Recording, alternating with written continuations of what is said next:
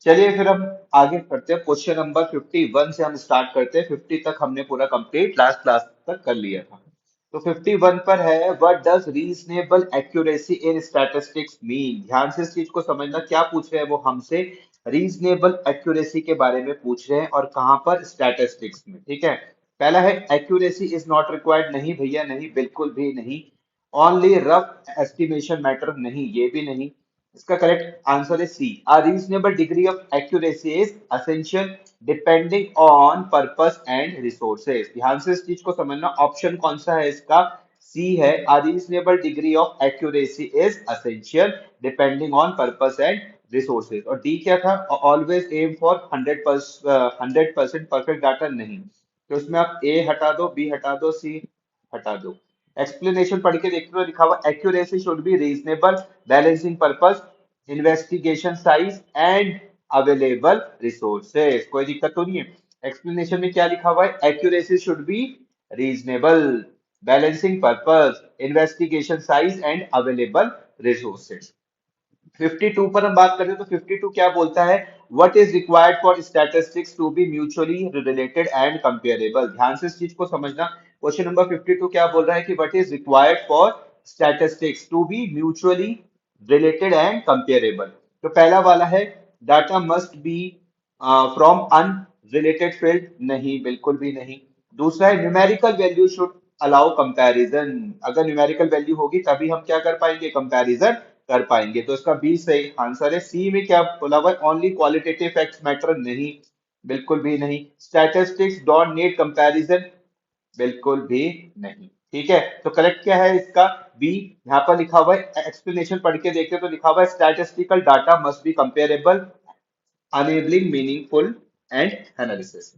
53 पर हम बात करते तो लिखा हुआ है, why is predetermined objectives important in statistics। why is predetermined objective is important in statistics। पहला है, without it data is just a random numbers not useful statistics। दूसरा है, statistics can be collected without purpose।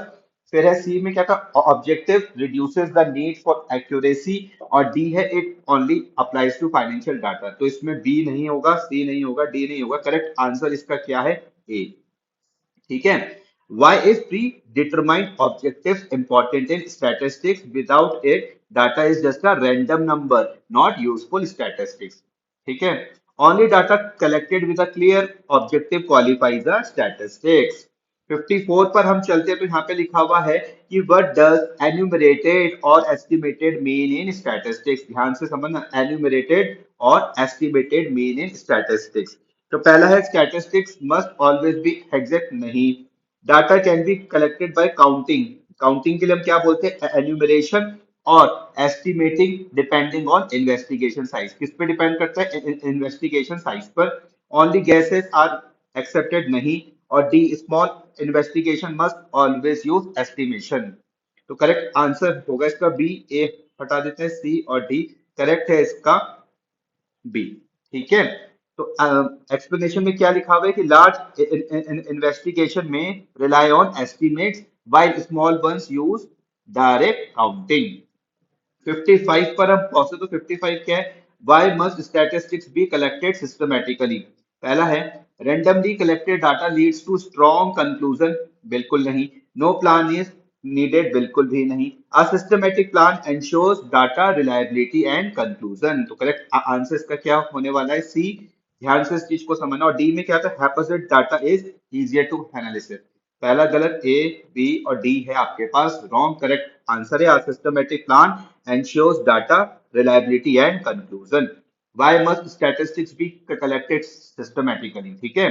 Explanation में क्या लिखते हैं कि systematic collection guarantees meaningful and accurate statistical analysis. 56 पर हम बात करते हैं, in singular sense statistics refers to. ध्यान से इस चीज को समझना, 56 में क्या बोला गया, किसके बारे में पूछा गया, सिंगुलर सेंस के बारे में बात करी गई है। स्टैटिस्टिक्स रेफर्स टू, पहला है ओनली रॉ नंबर, दूसरा है ओनली क्वालिटेटिव डिस्क्रिप्शन, तीसरा है techniques and methods for collection classification presentation analysis and interpretation of quantitative data. तो इसका करेक्ट आंसर आपके पास क्या होने वाला है, सी होने वाला है। तो सिंगुलर सेंस में ध्यान में समझना कि singular sense focuses on the full process and techniques of working with data. कोई दिक्कत तो नहीं है इतने में। 56 के बाद हम पहुंच जाते हैं 57 में। तो 57 बोलता है कि which of the following is not a stage, not है, ठीक है, not a stage of statistical study. पहला, collection of data, organization of data, random guessing of data और प्रेजेंटेशन ऑफ डाटा। तो ए भी है, बी है और डी तो है। इसका करेक्ट आंसर होगा सी, क्योंकि ये नहीं होता है, आपसे नॉट पूछा गया था, ध्यान रखना। Random gases is not a statistical stage, statistical study follow systematic steps. 58 पर हम बात करते हैं, तो यहाँ पर क्या लिखा हुआ, what is the first stage in statistical study. ध्यान से इस चीज को समझना, क्या हम सबसे पहले क्या करते हैं, इंटरप्रिटेशन, कलेक्शन, एनालिसिस या फिर प्रेजेंटेशन। सबसे पहले हम क्या करते हैं भैया, कलेक्शन करते हैं, ठीक है। तो the first step is collecting the required data. 59 पर हम पहुंचते, तो 59 पर क्या है, what is the final stage of statistical study, analysis, collecting, interpretation of data या फिर ऑर्गेनाइजेशन ऑफ डाटा। तो करेक्ट आंसर है इंटरप्रिटेशन ऑफ डाटा। इसमें क्या लिखते हैं, the last step is interpreting what the analysis data means. 60 पर हम पहुंचते, तो लिखा हुआ विच techniques are involved in a singular sense of statistics. Which techniques are involved in the singular sense of statistics. पहला है मीन मीडियन मोड क्लासिफिकेशन और interpretation, only drawing pie charts, only qualitative surveys या फिर only collecting numbers. तो answer है इसका पहला, mean median mode classification interpretation. Explanation में लिखते हैं कि singular sense includes statistical methods like mean median mode and analysis techniques.